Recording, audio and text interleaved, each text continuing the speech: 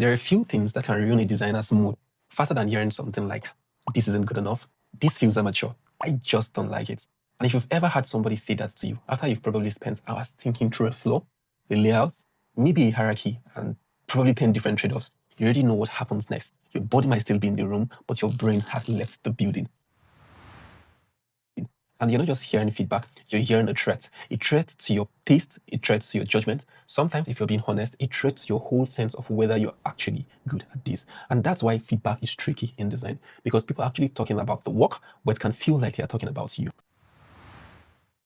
Over time, I've come to realize most designers do not actually have a feedback problem, they have a filter problem, because not all feedback deserves equal weight. Some feedback is insight, some is taste, some is anxiety, some maybe even politics, and some of it is just somebody having a bad day in your direction. The dangerous part is not just bad feedback, it is what bad feedback makes you do next. Defend too early, overcorrect, add 5 things to fix one person's discomfort, break the clarity that was already working. This last one actually matters, because I've seen designers take one vague comment, panic, and then quietly violate something like the Hicks law by adding more options, more explanations, more button, unnecessary reassurance until the screen is technically addressing the feedback, but doing it much worse. So let me give you a 3-step system I use when feedback is harsh, vague, badly delivered, or emotionally loaded.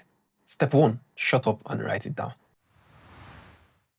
And yes, that sounds aggressive, but it has saved me a lot of embarrassment. Because when feedback lands badly, your first instinct is usually not something wise. It's defense. You probably would want to explain the rationale behind it, correct the misunderstanding, protect your work, even protect yourself. And look, sometimes the design feedback is really bad. Sometimes it's just outrightly lazy. Sometimes it's based on personal tastes pretending to be strategy. Sometimes it's someone reacting to the discomfort of seeing something new.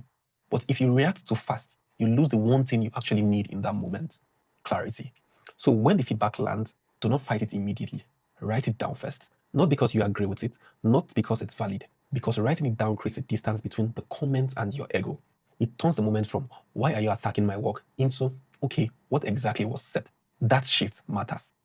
Let's take, for example, I've been in reviews where a lead or a manager says something like, this looks nice, but it still feels junior. That in itself, it's a terrible sentence. It's painful, vague, and borderline useless in that form. A bad reaction will typically involve you saying something like, what do you mean, junior? The hierarchy is clear, and the flow solves the problem. But a much better reaction will be you just writing down, maybe feels junior, and resist the urge to argue until you understand what they actually mean. Or a stakeholder says, I hate this, the old one was better. Again, lazy feedback. Still worth capturing though, because even bad wording can point to a real issue underneath.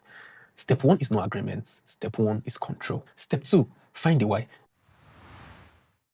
This is where most designers either grow up or keep getting emotionally tossed around forever, because most design feedback is not the real issue. It's the surface version of the issue. People say, make it cleaner, this feels too busy, can we move this button? I don't like the screen, can we make it more premium? But those are usually not the actual problem. They are just the first words that someone grabbed to describe discomfort. So your job is to stop reacting to the comment literally and start diagnosing what is underneath it. Questions like, what specifically feels off here? What were you expecting to understand faster? Does this feel like a clarity issue or just a trust issue? Is the problem visual, structural, or just unfamiliar? What user outcome do you think this is failing to support? This last one is actually important, because once the conversation moves towards outcomes, you stop debating preference and start getting useful. Let's take, for example, a client says, can we make this pop more? Trust me, I know how annoying this can be. That sentence means nothing on its own. Do not start changing the colors like an overzealous intent. You should ask questions like, when you say pop more, do you mean the city isn't standing out enough? Or the pitch does not feel persuasive enough overall? Now you're getting somewhere. Another good example would be a PM saying something like, the flow feels too long. Do not immediately start cutting steps. Ask questions like, does it feel long because there are too many steps, or because the user doesn't understand why the steps matter rather? Those are different problems. One is sequence length, the other is missing clarity. And that matters because of Tesla's law. Some complexity cannot be removed. It can only be handled better. And that good example that comes to mind was when a user of one of the products I had worked on in the past said, I didn't trust this page. That was actually good feedback, if I'm being honest. It was still, however, incomplete. I went on to ask, was it the language, was it the layout, the lack of detail, or just the overall feeling? Now we are turning reaction into diagnosis.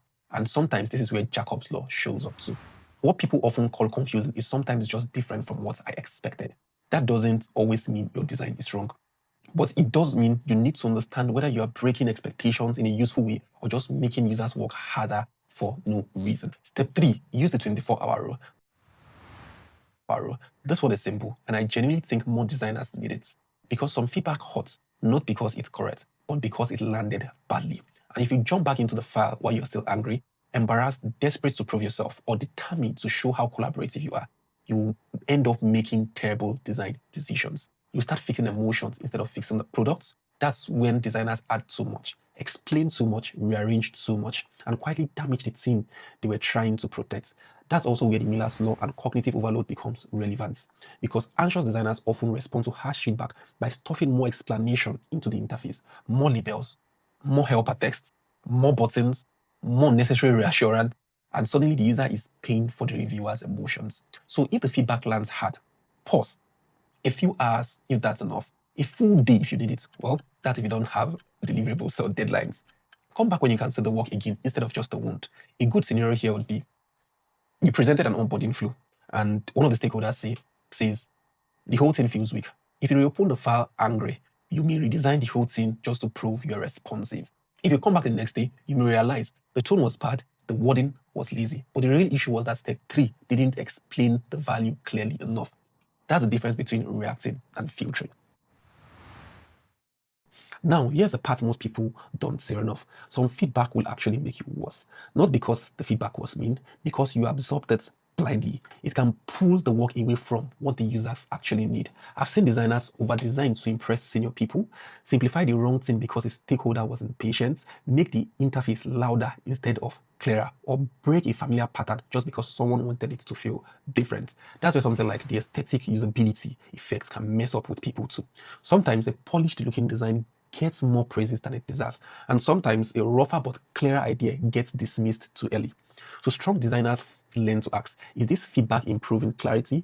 Is it improving trust? Is it helping the user make a decision faster or better? Or is it just making the room temporarily better? That is a very different standard. The best designers I know are not people who never get rattled by feedback. They are people who recover faster and filter better. That's the difference. They know how to listen without collapsing, question without sounding defensive, protect the work without becoming precious, and improve the design without obeying everyone's opinion in the room. That is the real skill. Not thicker skin, not pretending the feedback didn't stink, just better filtering. And from my own experience, this is one of the biggest shifts between a junior designer and senior designers. Juniors often hear feedback as approval or rejection. Seniors hear feedback as signal quality. That shift changes everything. And if you like design videos that save you from expensive confusion, please and please do subscribe. That is what I'm building here. Honest plot design lessons, real UX thinking, and the kind of stuff people usually learn the hard way. So if you remember nothing else from this video, remember this. When brutal feedback lands, shut up and write it down, find the why, and give yourself enough time to process before changing the work. That system won't make feedback painless, but it will make it more useful. And that matters because some feedback will sharpen you and some feedback would slowly wreck your confidence and your work if you give it too much authority. So I want to hear from you guys. What is the worst piece of design feedback you've ever received? And which parts is harder for you? Hearing harsh critique or knowing what to ignore? And tell me, what would you like to see next? Do you want a video on how to present your work better? How to defend design decisions without sounding defensive? Or how senior designers think during critique? I'll see you in the next one. Thank you guys. What was that kiss for? Hey, well, hello.